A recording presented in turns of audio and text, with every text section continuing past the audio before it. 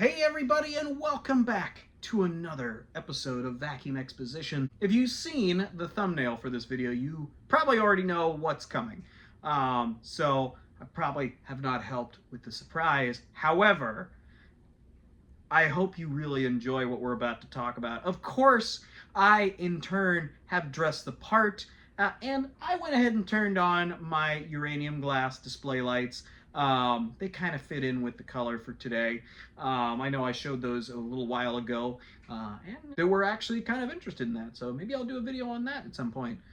But anyways, so we are about to embark on a new series for the month of September. Now, I had some thoughts.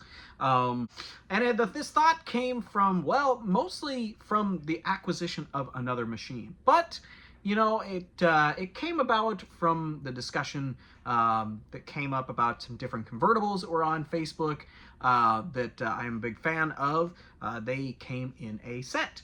Now, we are approaching September, and my brain put words together in not a sentence. I just mashed two words together, and I came up with setember. And setember, I am going to be focusing in on some of the sets that I have completed over the years, including the very first set that we're going to look at today, which is my absolute favorite set, and we'll go more into that in a little bit. But I will not just be touching on certain brands. I do have a couple different brands that I'll be looking at with you guys, so stay tuned for that. For those that are Eureka fans, buckle up, because we got a lot of cool stuff to look at. So let's get on to the video. I am so excited. I cannot wait to get into this. Let's get into it and take a look at these machines. Ladies and gentlemen, the first set of our setember series, the 1978 Wild Moss Continental hooded Eureka uprights in all original glory. Well, everybody, I do have to sit a little side saddled here today because, well, I want you to all be able to take this all in. Now, of course, my displays may not be perfect, but, you know, this is one of those special occasions that, you know, myself, as well as anybody else watching this, will enjoy. Now, what we're looking at here, as I said, 1978.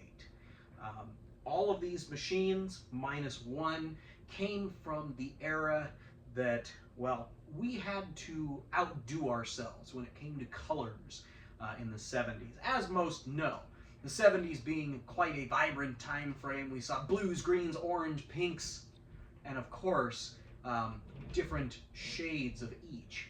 Now, with the 70s, we also saw new patterns including polka dots, stripes, houndstooth, and in this case, brocade floral print. Now, this particular set was known as, well, the Wild Moss Continental hoods. Now, I am referring to the four uprights here in the front, starting, of course, with the one right here. Now, directly to my left, this is the model 2325. The 2325 featured the lowest amount of options. It would have come at the bottom, at the budget level, in which case you would have gotten a single-speed motor with the switch on the hood instead of up in the handle, as most did. It did not have a headlight, so you didn't have that. You had a dial-a-nap, which was the height adjustment on the front that looks kind of like a big Oreo cookie, as well as a, well, simple, thin-topped, pleated, floral brocade bag. This particular model was known as the Sport model, just because it was kind of a stripper model. It didn't have a lot of the features. This would have been your entry level into this marvelous set. Followed by the 2325. Possibly the most common out of this, because in terms of price point, it was only, I think, $10 to $20 more than the 2315. But with that, you would have gotten a headlight, you would have gotten the dial-a-nap, just like the other one. You also would have gotten your switch up in the handle. You still had a single-speed motor, but you got more features, which is what people ultimately wanted. Now, that machine is probably the most common. I've seen the most of those. I myself have had 2 over the years. So they are definitely, well, the more prevalent one that I have seen. Now, followed by that, over on the other side, we have the 2375. That machine I got in on a trade, actually, with my friend Nick Bodemer. He and I actually had the exact same vacuum. Same model. I had a 2375 and he had a 2375. I had made a bag for it out of just a regular floral print replacement. They made thousands, hundreds of thousands for Eurekas in case the original bags did fail. Which I was thankful for, because what I did was I took that replacement floral bag as well as a plastic box topper from a later Eureka and made a bag that, you know, for all intents and purposes was comparable to at least the next best thing of finding the original bag for this. Now, as you can see, the original bag is quite special. On the upper tier models, you would have had a box top bag. The selling point on that would have been essentially the box top gave you a couple more inches of space so that you could effectively clean up more and pack more into the bags.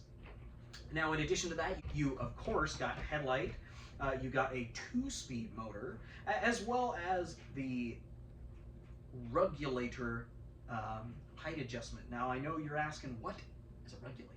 The regulator essentially is, well, it is a slide mechanism that raises and lowers the front axle of the vacuum cleaner in order to raise and lower the height adjustment. Same principle with the dial-a-nap that the others had, but it definitely was a little bit more stylish with that big red line on the front, making kind of a different nose, if you will. Now, my absolute favorite, and this was the top of the line of this whole series right here, the model 2385. The 2385 had the most features, and it was, of course, the most expensive. You would have gotten that 2-speed motor, you would have gotten that box top bag, the headlight, the regulator on the front, just like the 2375, except you got a couple more features that made this machine so special. First being the big box on the front of it, of course. It had a cord-away cord winder on the front.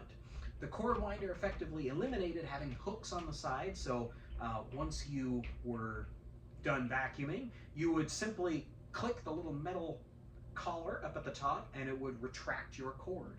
Now, that wasn't the only really cool feature.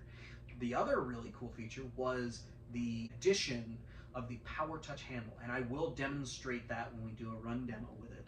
So the way that power touch works, essentially what you have on the front there is a 2-speed switch right on the front. And in addition to that, you would have a trigger switch on the actual handle grip itself. Now, when you were doing your floors, of course, your hand would be on the handle triggering the trigger, which would give you full power. Now, you could also go into low power simply by hitting the rocker switch into a lower power mode if you needed it, or you would put it into another mode that would give you, well, essentially autonomous power. So by that, I mean you would put your handle up, your hand would obviously come off of the trigger, which would be normally your on-off switch, but you would put it into a lower power mode so that you could use your attachments. So, which made that machine ambidextrous so you could do everything with it.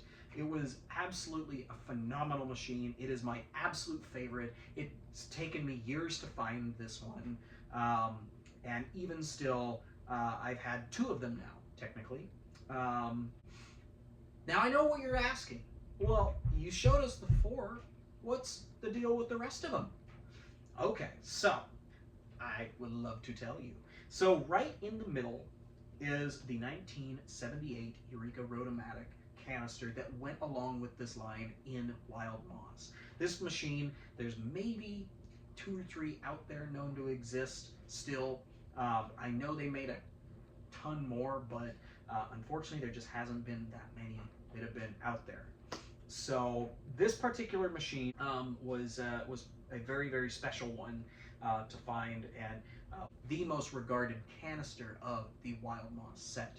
Now, there were other princess-based canisters, and I'll show a picture of one right here.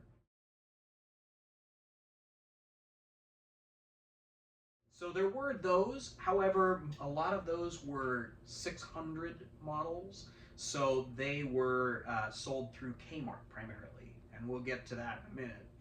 But this machine, very, very special, and we'll talk about where we found it once we go through the rest of the machines. Now, right above it is the very, very rare 1978 Eureka wide track. This was the first of the wide tracks, and probably the hardest to find currently. This one featured a lot of the features that the top of the line models had. You had a 2-speed motor, no power touch, but you still had a 2-speed motor. You had the box top bag. Of course, you had a headlight, but you had the dial-a-nap, not necessarily top of the line, but you still had the dial-a-nap, which with the implementation of the wide track, it left this to be available more as a commercial machine. These were not commercial machines, I will say, but the wide track gave you more space, so using them in a commercial setting made a lot more sense, which is why a lot of commercial grade sanitary vacuum cleaners are wide tracks. Now, this particular model, having the dial-a-nap, actually makes a lot more sense because it's a lot easier to turn that knob on the front than doing the regulator. I love regulator uprights, don't get me wrong, but turning the dial-a-nap does make it a lot easier to raise and lower the height. In addition to this, you did have a more powerful motor. You had the implementation of the ESP, or extra suction power moniker, all over the place on this machine. So this one definitely could pack a punch, which is why it's sold right along with the 2385. Now, up and to the right, we have the 1978 Eureka Model 2049 in Wild Moss Green. Now, I know it is not as elaborate as the Continental hooded uprights. However, it did still feature a lot of what they had. Now, the 2049, you still had the headlight, you had a regulator on the front, so very deluxe features starting off. You had a regular bag, the regular thin top bag, so not necessarily the deluxe option with the box top, but you still had that ESP motor as well as a 2-speed switch. You still had that 2-speed ESP motor, making this a very formidable vacuum cleaner for those that were more on a budget but still wanted the deluxe options. The 2049, while it was not at the price points that the Continental hooded uprights were, they were quite a bit more, but the 2049 would have been offered exclusively in catalogs. I believe it was either a Western Auto or a Service Merchandise exclusive that you would have been able to order.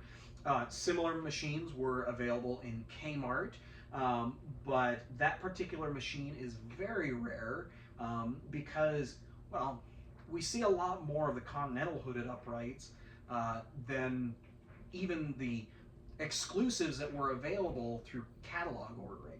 Which brings me to the last model that I have here on display. Now, directly to my left, you will see another Wild Moss upright. This is actually the latest model of this set.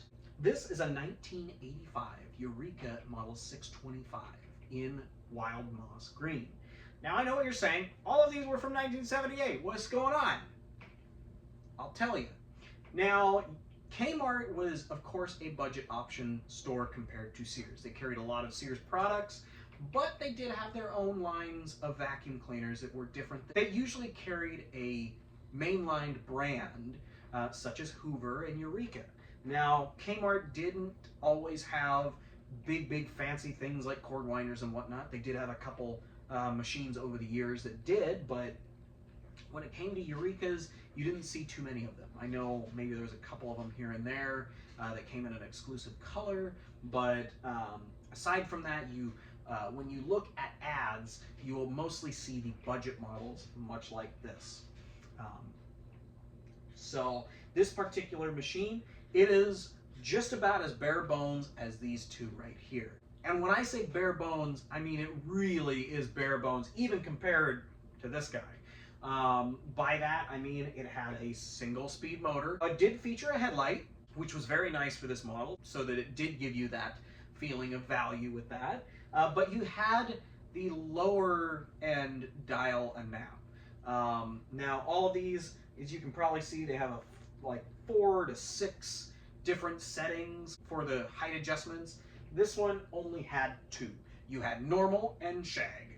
That was it. This was the 70s and 80s, remember, shag was popular. So you had your 2-position height adjustment, you had your single speed motor, you had your headlight, and then of course the thin top bag, but you had a plastic handle. In the early 80s, Eureka went to a plastic handle for a lot of its uprights. You still could get uprights with metal handles, but a lot of the more budget models, you would have gotten a plastic handle. So this generation of like a stripper model with a metal handle didn't last much longer than this particular model right here. Now, as far as ads go, this set of machines, all of them, had fantastic ads. And I'll show an ad for the Continental hooded uprights right here.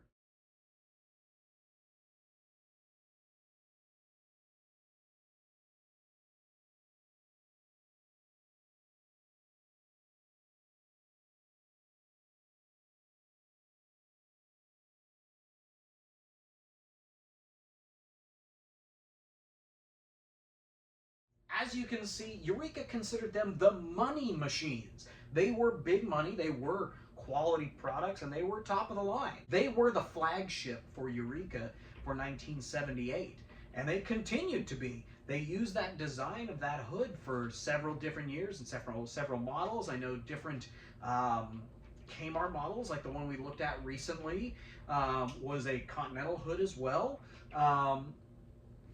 And it was overall a very, very attractively styled machine. You had all these amazing features, and these were features that you weren't getting with people like Hoover. You got headlights, you got height adjustments, you got stuff like that, but you know, very few Hoovers had box top bags. Very, very rare option, but very few had them. You hardly ever saw any with a cord winder. I think there was maybe 2 or 3 models that ever had a cord winder, whereas Eureka had, each product line had a upright with a cord winder for years. So these machines were really, really hyped up by Eureka. Now that brings us kind of right to the middle here. Now I will go ahead and show the complete product lineup from 1978. As you can see, very prominently featured. It was, like I said, the only one that was really in that color. We did see, like I said, those princess type machines, but like I said, they were more common in Kmart, which brings me to the next one, which I'm going to actually start and go over, the 625. Now, I struggled to find an ad for this particular machine. It was one of the last ones, so there weren't many ads for it by that point. However, Kmart offered this very low-end model for years and did have a couple different changes that happened over the years, including the different headlight changes. So I'll show a Kmart ad for a very similar machine to this right here.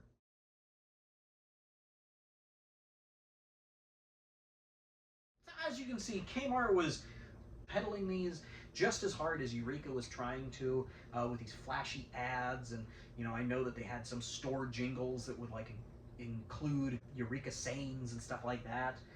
So very, very cool machine. It may be the cheap end of this whole set here, but it's still a fantastic machine. Right next to it is the legendary wide track, and I'll show an ad for it right here.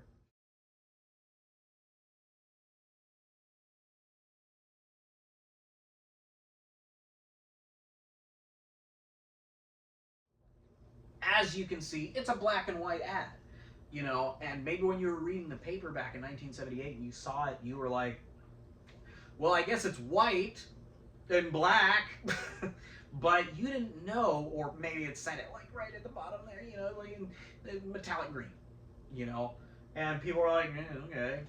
And then you get this, and it's like, whoa, you get wild moss and a big old box top bag. So very, very interesting ad, especially interesting because, well, the wild moss set was in color, as I've already shown. So to see the wide track in black and white is kind of interesting.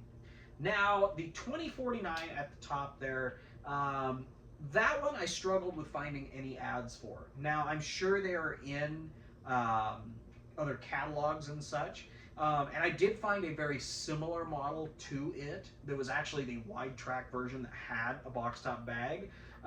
This, like I said, was the lower end to that, but I will show that catalog ad right here. So as we wrap up the catalog discussion with these machines, I hope you got a good feel for what Eureka was putting out at that time. The Continental styling of these machines was revolutionary. It was this long swept design, and Eureka's had a lot of hood designs, but that long swept hood line with that perfectly molded in headlight, it just made these things pop in conjunction with other machines that were out there. Now, how I found all of these machines. Now, I know that this is going to be a longer video, but all these setember videos will be pretty long.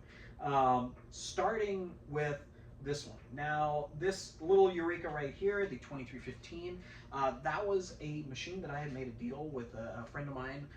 Kenny Loveland actually had it for sale, and I bought it from him. Following there, the 2325, that was on eBay a very, very long time ago, and it was actually a gift from my late friend Jay. We were working out a trade deal where I was going to send him another Eureka, and he bought this and had it shipped to me so that I already had it. And then unfortunately the Eureka that he was going to get had some major issues, and the motor burned up on it. Jason, being as kind-hearted as he was, he just said, listen, I understand, it's a bummer, but why don't you keep that as a gift? So I did, and it has lived with me ever since. That was the first machine that I found in this set.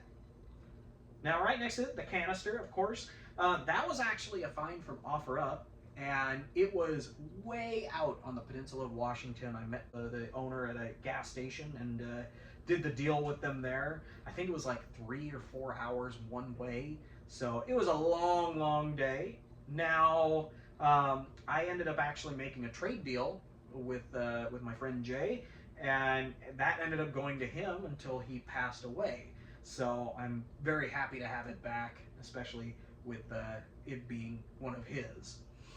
Now, like I said, that 2375, we've done a video on it actually.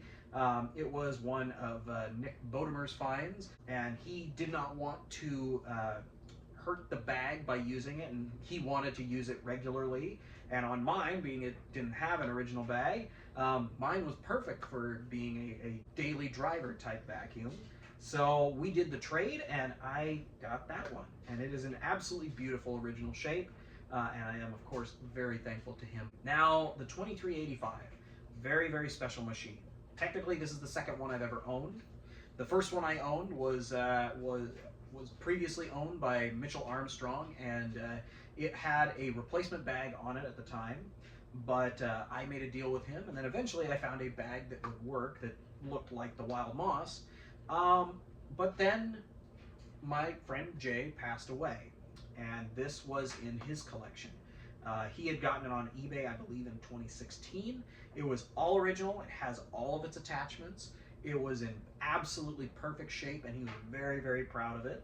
So I'm very proud to have it in my collection after all these years.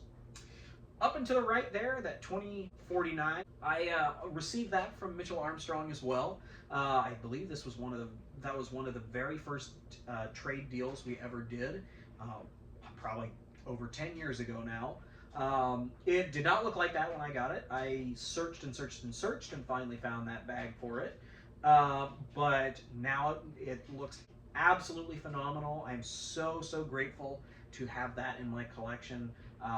You know, I didn't think too much of it at the time, but now I'm very, very lucky to have it. The wide track. Now, this one has a very special story for any of those that are interested in Washington history. Now, in the state of Washington, we have a few very old Boy Scout camps, and one of them being Camp Parsons. It's over 100 years old, has a lot of history, and this wide track happened to be originally owned by Camp Parsons. Now, my brother worked for Camp Parsons, and one day phoned me up while he was working there and said, hey, would you be interested in a old Eureka ESP? And then sent me a picture of just kind of like the frontal area right there. And I said, oh my gosh, I need to have that. You have no idea how rare that is. So he said, okay, well, maybe you can clean it up and restore it for him or something. And I said, no, I really want that. I'll do anything. I'll even give you a better vacuum to give. So I gave them a very nice high-end Electrolux upright, and my brother brought this back for me. Now, at the time, it wasn't in the greatest of shape. I did have to do some work to it. And thankfully, in Jason's collection, when he passed away, he had a wide track exactly like this. So his was all original, had the original bag and everything. So between the two, I made one perfect one and restored the Camp Parsons Eureka wide track ESP. Now, this particular model needed some work. It needed a new bumper, so I put the better of the two on it. I put the original box top bag on it, and that was basically the majority of what I had to do to it. Other than that, I did, of course, a cosmetic restoration and made it look great, and now it is a formidable ally for carpet cleaning. So that is a very special vacuum cleaner, and honestly deserves to be in a museum. So that one, of course, will not be going anywhere. But I do still have another wide track ESP, same model, just doesn't have the original bag on it anymore. And that one will actually be available for sale as soon as I get some better pictures of it. Last but very much not least, the 625 from 1985. That machine was actually a very special machine for me because that was one of the very first deals that I had made with my good friend Jared down in Oregon. We've seen his collection, been down there several times, and made videos of things down there.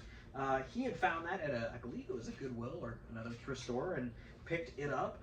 And after some horse trading, I ended up coming home with it. So being that it was in really nice shape, all I had to do was a basic cosmetic polish and buff, and that machine looks absolutely new. So of course I am very fortunate to him for letting me have that. Now I know what you're asking. Why did you set out to complete this set? Why was it such a draw to bring all of these together? Well, it goes back to an old story of mine. I believe I may have told this when I was when I did the original video for the 2075 back when I lived in my old house. But when I was a junior or senior in high school, it was a rough time for my family. My mom had unfortunately lost her job, but thankfully got another job at a neighboring campus of the school that me and my siblings went to. So life had kind of been turned upside down for a summer. So I really relied on people like Jay to talk about vacuum cleaners because there was a lot of uncertainty in my world.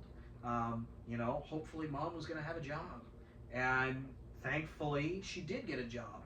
But it was towards the end of this period where I was in a rebuilding of who I was in terms of a person as well as a collector. So amidst my research, I found this ad.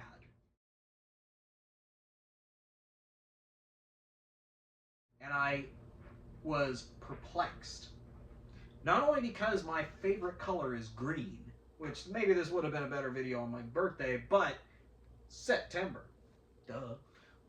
But I saw this ad and I studied each one of these machines. I studied the colors, I studied the features, I studied the names, the model numbers, to the point where I could point at one a mile away and be able to tell you which one was which. And I fell in love with the set, and I immediately called Jay on my flip phone, because it was still when I had one of those, and I said, you know, I've been thinking about it, and I was sitting on this stairway in this school that was also a church, so I was kind of in this off the side stairway of the church, and I was sitting there and I was looking at this ad, and I was alone, and I called Jay. I go, hey, I've got a crazy idea. And he goes, oh boy, what is it this time? Because I have had, you know, I was a young guy. I had weird, stupid ideas when it came to vacuum cleaners. Like, what if we put this on this? Or what if I found one of these? And I go, I want to complete the Continental set. And he goes, are you referring to the 1978 Wild Moss Continental set? I said, obviously. And he goes, so the one like this. And I'll show the picture that he actually sent me right here.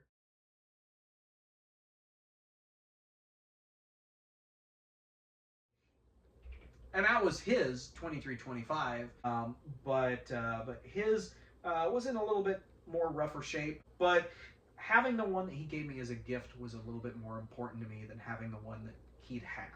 So I felt it was necessary to let that one go. Now, he sent me that picture and said, are you referring to these? And I said, yes. They're green, they're cool looking. That one has a cordaway. They have these box top bags, and vacuums don't have box top bags, because when I was a kid, you know, vacuums had a bag. The bag looked just like this. That's what they were. But you put a box on the top, and man, that sent me right through the moon. So I said, I want to make that set. And he goes, okay, well, good luck. And I go, okay.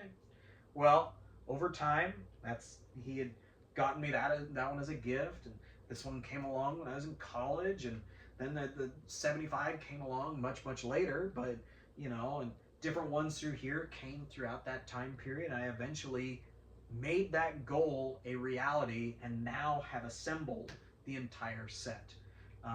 Currently, to my knowledge, I am the only one that has completed the Continental hooded upright set. Now, I could be wrong, and somebody else could be out there with some of them. Now, when I have had them, I've actually technically had the complete set for, well, years now. Even back before Jay passed away, I had all of them because I found that one cordaway from Mitchell. And they kind of look like a ragtag bunch. And I'll show a picture of my original set of the Continental hooded uprights right here.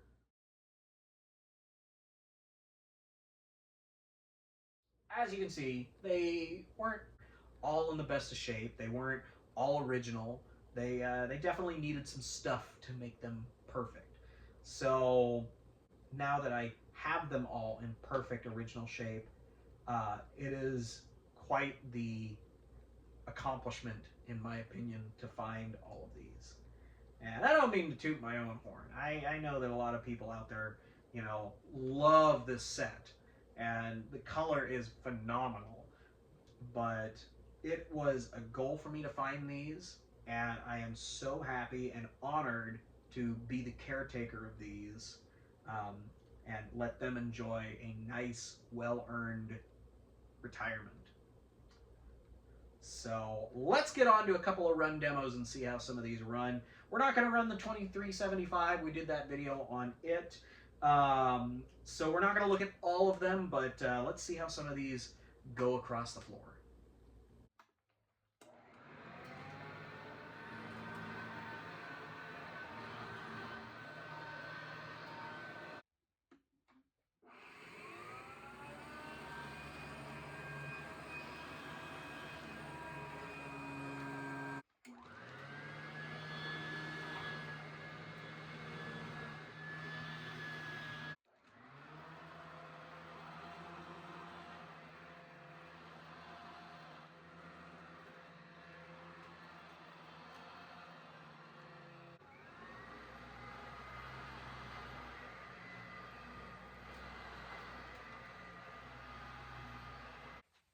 Okay, so we are at the best for last.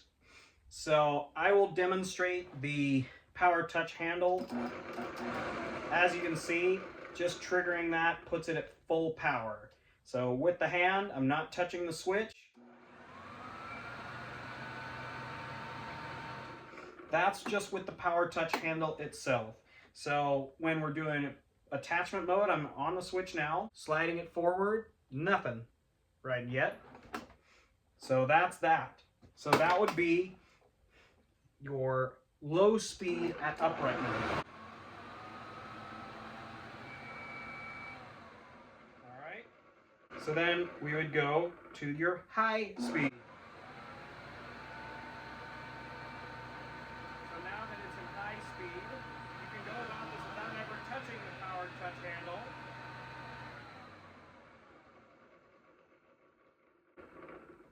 So when in high speed on the switch itself, right here, you do not need the power touch handle. You can put this all the way up and you have high speed like that.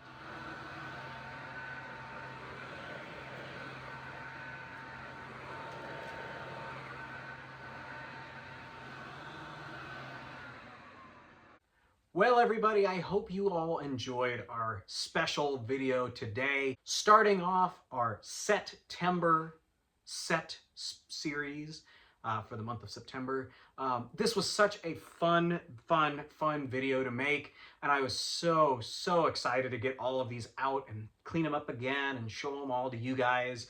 It is really a big piece of history to have, you know, a complete set in any size or shape, which is why for the longest time I strove to complete sets just so that when the time came I could put them all together, put them with the ad that they were in, and voila, we have an incredible looking picture and video. So I hope you all enjoyed the video today. Next week we're going to take a look at another fantastic set of machines that took me a long time to put together. This one right here, this one took me about 15 years. The next one took me about 5 to 10 years just because they're a little bit more easier to find, but still special all the same. So thank you all for watching. Of course, same guy, same place next weekend. We'll take a look at some other really cool stuff. Have a great rest of your week and weekend, and we will see you in the next one. Have a great day, y'all.